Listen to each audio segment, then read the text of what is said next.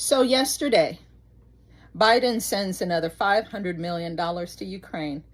I've missed a few of these broadcasts, so there are other wire transfers to Ukraine. Another $500 million to an Eastern European country that has nothing to do with us. They hate you. You need to know that. You need to understand it. You need to accept it and never allow these people to be put in office again. The tax-paying citizens of Western North Carolina are being kicked out of their hotels because they said they're running out of money. FEMA's running out of money. Didn't you just go to Congress to get like a gazillion more dollars because you said you had to help the people in North Carolina? But now you're kicking them out of their hotels because you said there's no more money? But you just sent $500 million to Ukraine. If you vote Democrat, you can go straight to fucking hell. Democrats are outraged that the American people want to be, they want their taxpayers going to good uses, not stuff like this. But then they're very quiet about the fact that there are still North Carolinians and people in California who have lost everything. And in the last 4 years, this federal government did nothing to help them. This president will continue to put Americans first. And I think the successes of this week so far speak to that. And it's only Wednesday. So I'll see you guys later this week, and we'll see you this afternoon. Thank you very much. Well, ladies and gentlemen, I noticed that no one is touching this particular story on the political pundit side. I think because they're scared of being called racist, but I ain't afraid. USAID official Roderick Watson and 3 executives plead guilty in $550 million decade-long bribery and fraud scheme tied to 14 federal contracts. The Negro named Roderick.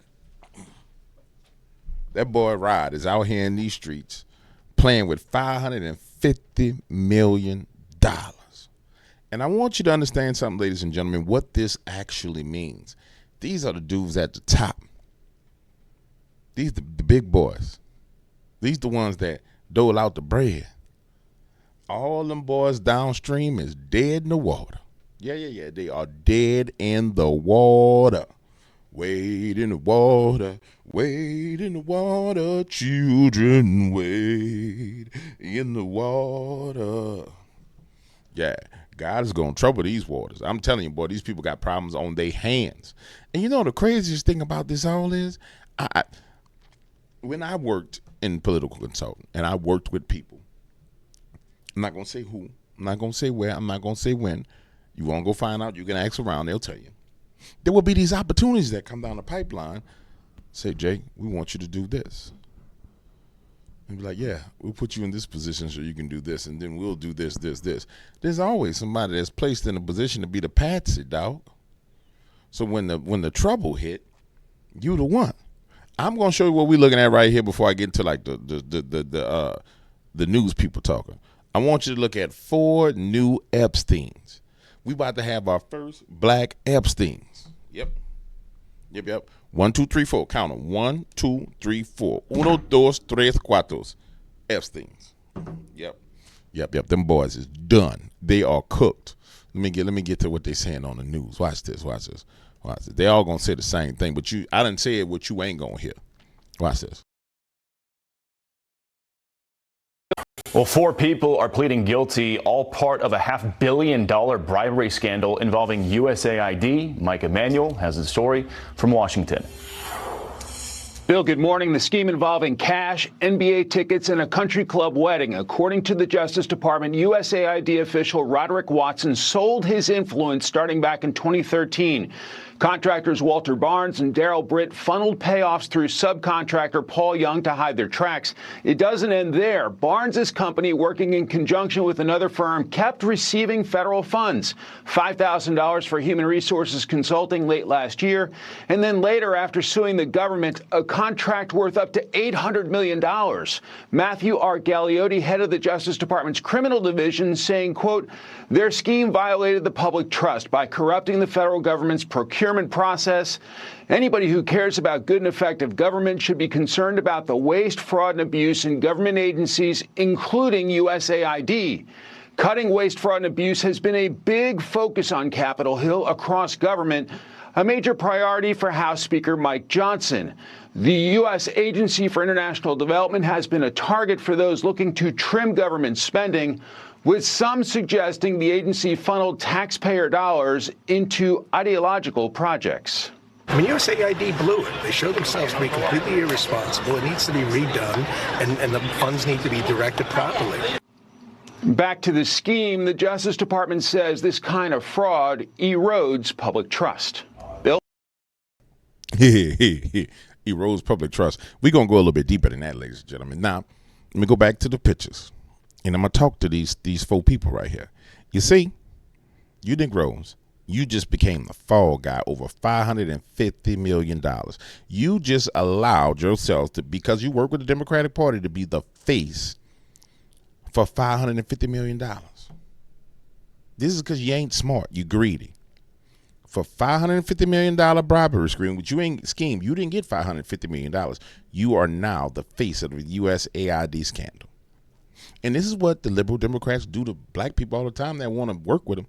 You become the face for their scheme. Now, remember, guys, when we were talking about the USAID funding, no, let me not make you remember on your own. I have the ability to pause this video and then bring it back to your recollection. So I'm going to pause this, and I'm coming right back so you could see it your damn self. When our Constitution is under attack, what do we do? Stand up, fight back. So I want to be really clear that there may be only a few people here today, but this will grow and we will not stop. They've stolen data from this building as well as from the Treasury Department. Trump has become a puppet of Elon Musk, which is really scary because nobody elected him, and now he has all this information. We don't know why he has it, but we need to get it back. It's obvious why he got all the information, you gray haired witch, so he can bust all of y'all. How many of y'all have seen a woman that young with some gray hair like that? That's some straight up supernatural type crap right there. Her eyes probably go black at night. Black eye kid just walking around, black eye woman. Give me my USAID funds. I needed to suck the blood, baby's blood. And here we go. Let's just go over some of the things that money was going towards. Just to bring it back to your memory. Where the hell did it go? Bring it back to your memory. $10 million for Zimbabwe's voluntary medical male circumcision.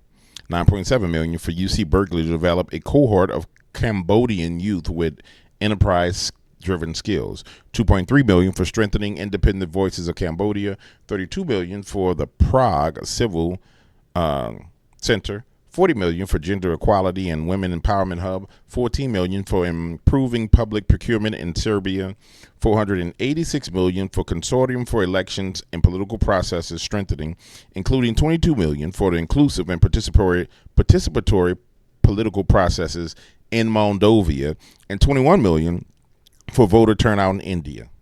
So them Negroes got let me not go there. $29 million strengthening political landscape in Bangladesh. $20 million for fiscal federalism in Nepal. $19 million for biodiversity conversation in Nepal. $1.5 million, $14 million, $2.5 million, $47 million, $2 million. This you clowns have become the face of this. Ladies and gentlemen, am I wrong? Has there anybody else been exposed to where they've been indicted or pled guilty to Doge? Until somebody else is to Doge fraud, until somebody else is exposed, then, I mean, damn, there's nobody but you. No one but you have been exposed in this manner and now going to prison. Like watch what Jesse Waters got to say. $20 for Iraqi. This is what Democrats are fighting to save. $20 million for Iraqi Sesame Street, $2 million for Moroccan pottery classes, $11 million to tell Vietnam to stop burning trash, $27 million to give gift bags to illegals before we deport them. Millions to help Afghanis grow crops instead of opium. That program was such a success that opium production doubled. We also gave Afghanistan $300 million to build diesel fuel power plants, but they couldn't use them because diesel was too expensive. $200 million on a dam that was too unsafe to ever be used. We could have used that dam in California. $250 million on a road that was never used. We literally built a road to nowhere. Oh, and we gave Syrians $9 million for humanitarian aid. But someone messed up and it went to Al-Qaeda. $1 million for bat research in Wuhan. That equates to $1 million for each dead American. USAID was funding Fashion Week in Paris. France isn't even paying its NATO dues, and we're paying for their Fashion Week. USAID's a $40 billion deep state social justice slush fund. This is greed and stupidity. This is what happens when you get greedy and you're dealing with white liberals in politics. You end up being the first one to get indicted, the first one that's got to plead guilty. And now all the pressure's on you. Because all them contracts down ballot from you, all the people who got a contract, every person you ever had a conversation with, everybody that was supposed to, that looked up to you, and everybody you ever did a favor for is now in trouble. Yeah, they're all now in trouble. And you get to be paraded on TV. See, that's how you get gray hair like this. You don't understand where this grades come from. You gotta learn these things from experience. You gotta learn these things from experience, man. I'll tell you. I knew it was coming. I saw it coming. Felt it coming. I'm going to tell you why. Because if you read the globalist white papers, especially the ones that talk about the changing images of men, when it gets to the tail end of those white papers, they start to talk about the destruction of America and who their patsies would be for the destruction of America. And guess who their number one patsy is for the destruction of America? It's a black woman, a liberal black woman. Everywhere they send her, she's going to destroy, and they're going to destroy things around her and then, boop, hang it on their heads. Now, is it racist? Yes, because the globalists are racist.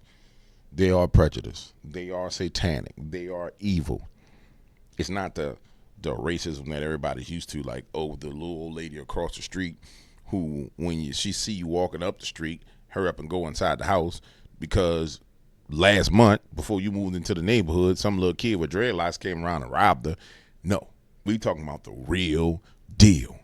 We talking about the pit of hell demons that's like, I've plotted against them all.